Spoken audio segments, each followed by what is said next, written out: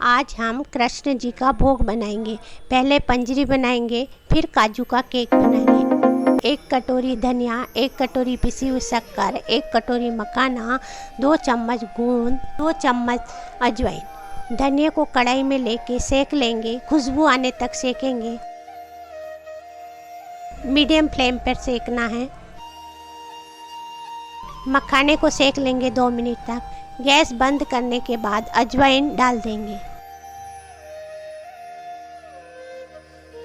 एक कढ़ाई में आधा कटोरी घी लेंगे और गोंद को सेक लेंगे।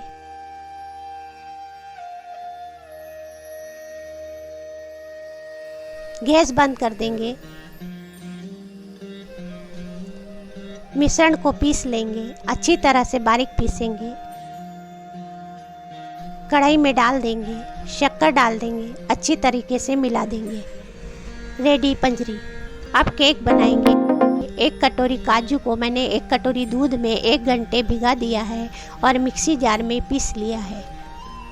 कढ़ाई में ले लेंगे 1 कटोरी नारियल का बूरा, 1 कटोरी शक्कर, 4-5 इलायची डाल दिया है।